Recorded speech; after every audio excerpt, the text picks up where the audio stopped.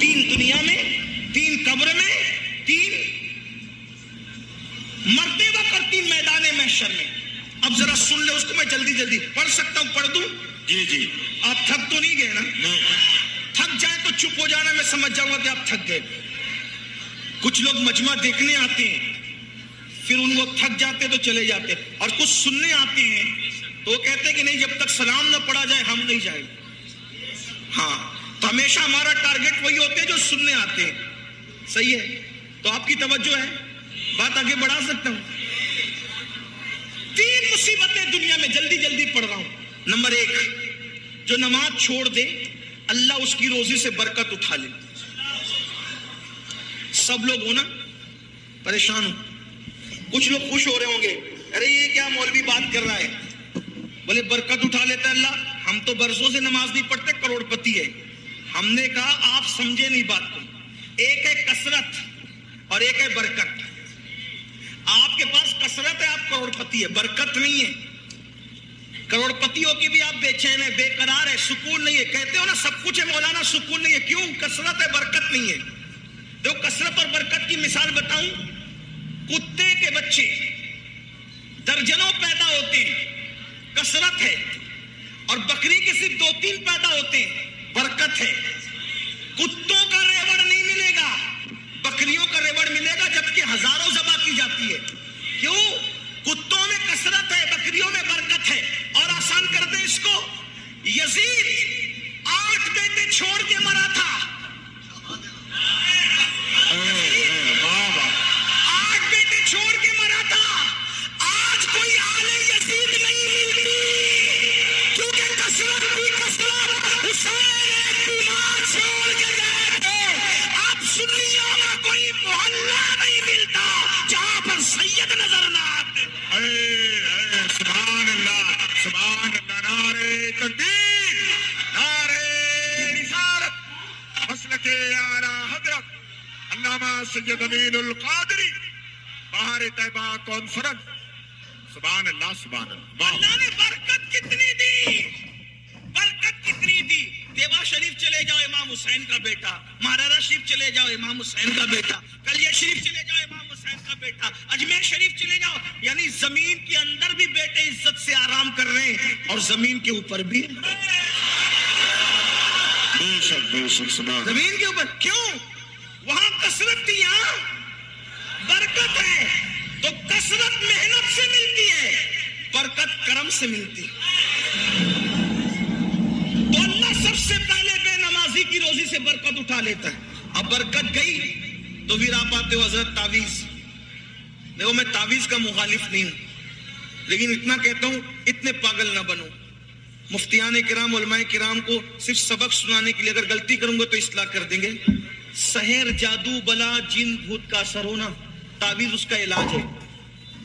اگر اللہ برکت اٹھا لے ناراض ہو کر، کسی مولوی کے تعویذ میں اتنی طاقت نہیں ہے کہ اللہ کی اٹھائی ہوئی برکت کو لا سکے.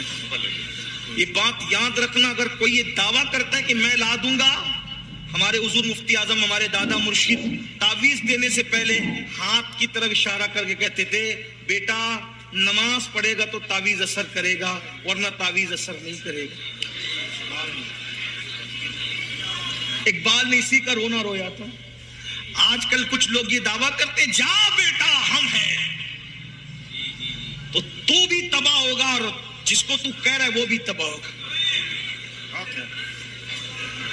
اللہ کے رسول فرمائے جو نماز چھوڑ دے اللہ اس سے اپنی کرم کی چادر ہٹا لیتا ہے. جب اللہ کرم کی چادر ہٹا لے تو ہم ہیں تو ہونے والا کون ہے؟ اقبال نے اسی کا رونا رویا تھا، کہا تھا نگاہے دین و متائے دین و دانش. اقبال بڑا مفکر تھا، بڑا رونا رویا اس نے اپنی قوم پہ. کہا متائے دین و دانش لٹ گئی اللہ والوں کی، متائے دین و دانش لٹ گئی اللہ والوں کی.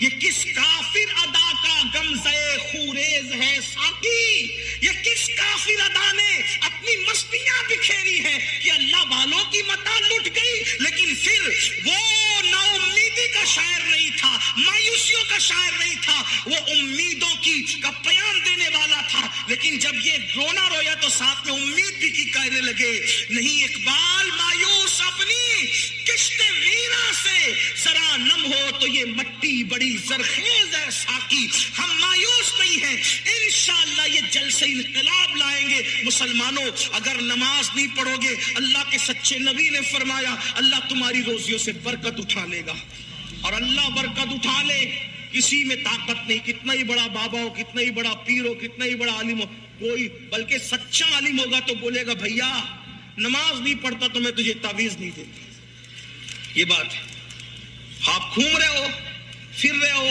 بلکہ اب تو تم جادوگروں کے پاس جا رہے ہو، سفلی والوں کے پاس جا رہے ہو، پنڈتوں کے پاس جا رہے ہو تاکہ تمہارے گھر میں برکت آئے۔ شرم نہیں آتی تمہیں؟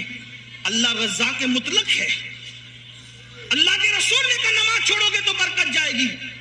اتنا آسان کام تھا، 10 منٹ نکال لیتے نماز پڑھتے۔ نماز پڑھ کے دیکھو برکت نہ آئے تو پھر کہنا۔ لیکن یہ بھی کہتا ہوں برکت کے لیے نماز نہیں پڑھنا، اللہ کو راضی کرنے کے لیے پڑھنا۔ برکت تو مل ہی جائے گی، برکت تو مل ہی جائے گی۔ ملانے کے لیے نہیں کہہ رہا ہوں، صرف سمجھانے کے لیے کہہ رہا ہوں۔ گائے دودھ کے لیے خریدی جاتی ہے نا، گوبر کے لیے نہیں خریدی جاتی ہے نا۔ گائے خریدنے کا مقصد کیا ہوتا ہے؟ دودھ ملے، بچہ ملے۔ کوئی گوبر کے لیے کبھی خریدتا ہے گائے کو؟ گوبر تو یوں ہی مل جاتا ہے نا منافع میں، بلا تمثیل بلا تمثیل، ملانے کو نہیں، پھر سمجھانے کے لیے کہا۔ اس مثال کو بھول جائیے، لیکن سوچئے نماز برکت کے لیے نہیں پڑھی جاتی، نماز بیٹی کے رشتے کے لیے نہیں پڑھی جاتی، نماز کسی سے مفاد اٹھانے کے لیے نہیں پڑھی جاتی، نماز تو اس لیے پڑھی جاتی اللہ راضی ہو جائے۔ جب اللہ مل گیا تو کیا نہ ملے گا؟ اللہ مل گیا کیا نہ ملے گا؟ ہر نعمت ملے گی، ہر نعمت ملے گی۔ تو نماز پڑھنے سے برکت ہوتی ہے، نہیں پڑھو گے برکت جائے گی۔ نمبر 2، جو نماز چھوڑ دے، دوسری مصیبت، اللہ اس کی عمر سے برکت اٹھا لیتے۔ زیادہ دن جینے کا شوق سب کو ہے، لیکن آقا فرما رہے جو نماز چھوڑے گا برکت گئی، عمر کی برکت۔ بہت عیش کرنا چاہتے ہو نا، نماز چھوڑنے سے عمر بھی کٹتی ہے، عمر بھی گھٹتی ہے۔ پہلے 90 سال دادا پر دادا کی عمر ہوتی تھی، اور بڑے میاں لوگ بغیر چشمے کے قرآن پڑھتے تھے، کتابیں پڑھتے تھے۔ ابھی تو 40 سال کا ہوا تو گھٹنے کی تکلیف شروع ہو گئی، زمین پہ بیٹھ نہیں سکتا، پیٹ اتنا بڑا ہو گیا کہ جھک کے کھا بھی نہیں سکتا، ہاتھ میں پلیٹ لے کے کھاتا ہے۔ یہ سب کیوں ہے؟ میں یہ نہیں کہتا کہ جن جن کو تکلیف ہے یہ سب مجرم ہے، ایسا نہیں کہہ رہا ہوں، لیکن اکثر و بیشتر تو یہی حال ہے نا۔ کسی مفکر نے بہت اچھی بات کہی تھی، اس کو سن لو۔ جوانی میں اگر نماز نہیں پڑھے گا، جوانی میں نماز نہیں پڑھے گا، اللہ اتنا غیرت والا ہے شاید وہ بڑھاپے میں تجھے پڑھنے نہ دے، وہ بڑھاپے میں تجھے غیرت والا ہے، حالانکہ وہ کرم کرتا ہے، وہ بڑا کریم ہے۔ سبقت رحمتی علی غضبی، اس کی رحمت اس کے غضب پہ سبقت لے گئی، مگر وہ غیرت والا بھی ہے۔ اس لیے اس سے پہلے کہ بوڑھے ہو جاؤ اللہ کی طرف پلٹ آؤ۔ اور ایک بات کہوں، اگر تمہارے دماغ میں یہ خط ہے نا میرے بھائیوں، مولانا بڈھے ہوں گے جب مسجد کا کونا سنبھال لیں گے، تو میں کہتا ہوں جس کے گودے سوکھ جائیں نا، جس کی ہڈیاں سوکھ جائیں نا، جو بڈھا ہو جائے تو بڈھا بیل اللہ قربانی کے لیے بھی قبول نہیں کرتا، تو بڈھا بندہ اللہ اپنے لیے قبول کرے گا۔ میں بوڑھوں کی بے عزتی نہیں کر رہا ہوں۔ جوانی میں زنا کرو گے، جوانی میں شراب پیو گے، جوانی میں پاپ کرو گے، جوانی میں عورتوں پہ بد نظری کرو گے، اور بڈھے ہونے کے بعد جب کسی قابل نہ رہے تو پھر اللہ کی طرف آؤ گے۔ یہ تو اس کا کرم ہے، وہ توفیق دے، لیکن اس کی غیرت بھی تو ہے نا۔ کبھی سوچا اسلام میں کیا بڈھے بیل کی قربانی جائز ہے؟ پوچھو نا علماء سے، جو نہ چل سکتا ہو نہ دیکھ سکتا ہو، جس کی دم کٹی ہوئی ہو، جو وہ مقتل گاہ تک چلنے کے قابل نہ ہو، پوچھو علماء سے کہ قربانی ہر سال بیان ہوتا ہے نا قربانی کا مسئلہ۔ تو جو اللہ ذبح ہونے کے لیے بڈھا بیل قبول نہ کرے، وہ عبادت کے لیے بڈھے کو، لیکن ہاں اگر جوانی میں عبادت کی ہے اور بڑھاپا آ گیا، کمزور ہو گئے، تو پتہ کیا ہوتا ہے؟ اللہ فرماتا ہے میرے فرشتوں، جوانی میں نفل بھی پڑھتا تھا، سنتیں بھی پڑھتا تھا، زائد پڑھتا تھا، اب بڑھاپے کی وجہ سے نفلیں نہیں پڑھ پاتا، میں نے بڑھاپا کمزوری دی ہے، اس لیے نہیں پڑھتا ہے، پھر بھی اس کو اتنا ہی ثواب دیا جائے جب بھی یہ جوانی میں عبادت کرتا ہے۔ سبحان اللہ، سبحان اللہ۔ اور جس کو اسلام میں بڑھاپا آ جائے، جس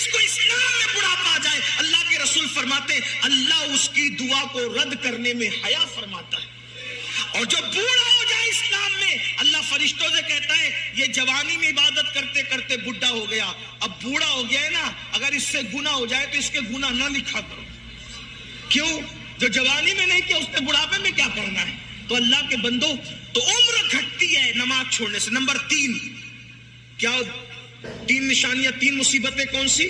دنیا کی روزی سے برکت جاتی ہے, عمر سے برکت جاتی ہے. نمبر 3, اللہ اس کے چہرے سے صالحین کا نور اٹھا لیتا ہے, نیکوں کا نور اٹھا. دیکھو اکثر علماء کو میں نے دیکھا ہے, جیسے جیسے عمر بڑھے گی بڑھاپا آئے گا, ان کے چہرے شگفتہ پھول کی طرح کھلتے ہیں, ہے نا. آج سب سے زیادہ کاسمیٹک آئٹم بکتے ہیں میرے بھائی. ہر آدمی خوبصورت بننا چاہتا ہے, ان کو پتہ ہی نہیں ہے کاسمیٹک آئٹم کا اثر 2-3 گھنٹہ 4-6 گھنٹہ رہ سکتا ہے, لیکن نماز سے جو چہرے پہ نور آتا ہے, زندگی میں بھی چمکو گے, قبر میں بھی چمکو گے, اور میدان محشر میں نمازیوں کا چہرہ ایسے چمکتا ہے جیسے چودھویں دان کا چاند چمکتا ہے.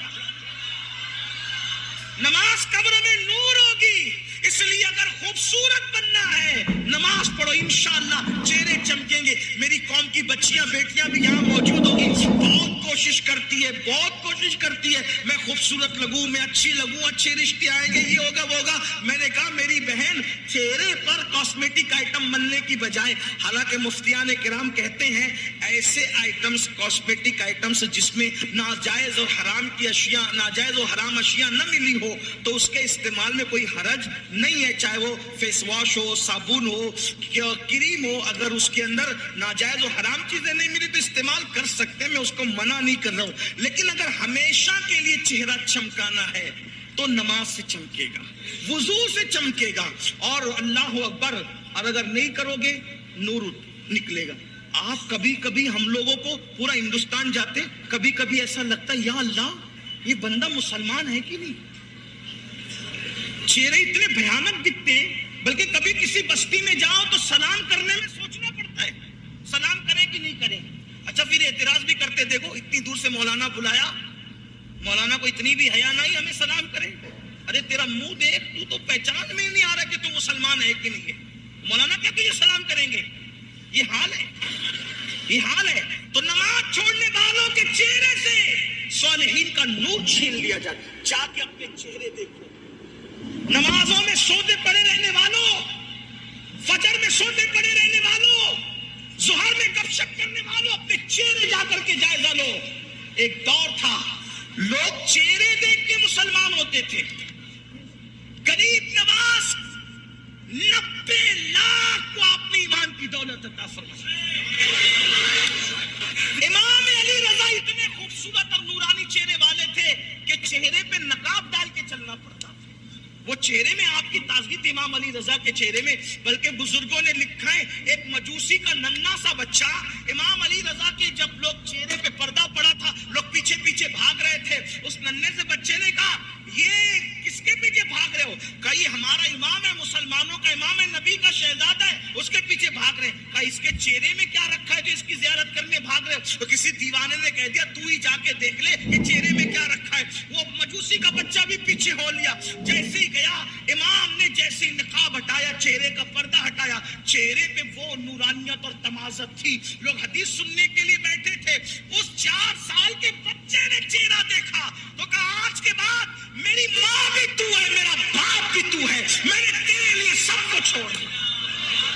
تو امام علی رضا جیسا بندہ جب یہ سنا, فرمایا تو نے مجھے ماں باپ کا, جب میں نے تجھے بھی اپنا بیٹا بنا لیا, اپنے پاس ہی رکھا, پڑھایا, لکھایا, اور اس کو بھی امام بنا دیا. اتنا بڑا امام بنایا کہ دنیا اسی امام کو سیدنا معروف کرخی کے نام سے جانتی. سبحان اللہ, زندہ باد. یہ چہرے تھے, چہرے, چہروں کی تمازت یہ تھی. اللہ اکبر. آج چہرے دیکھو مرجھائے ہوئے چہرے, سونے سونے چہرے, آنکھوں کے اندر اللہ اکبر پیلا پن ہے, کالا پن ہے.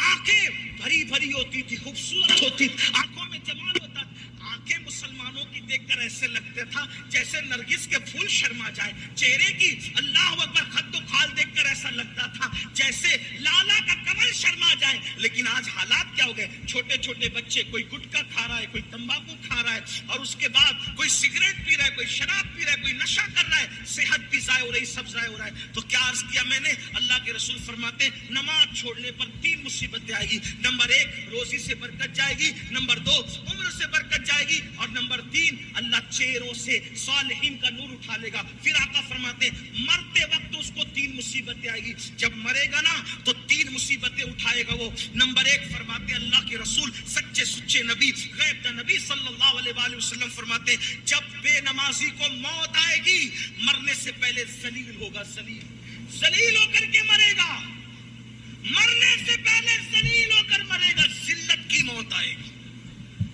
توبہ کرو اللہ کے بندو, موت سے پہلے اس پر ذلت مسلط کی جائے گی جو بے نمازی.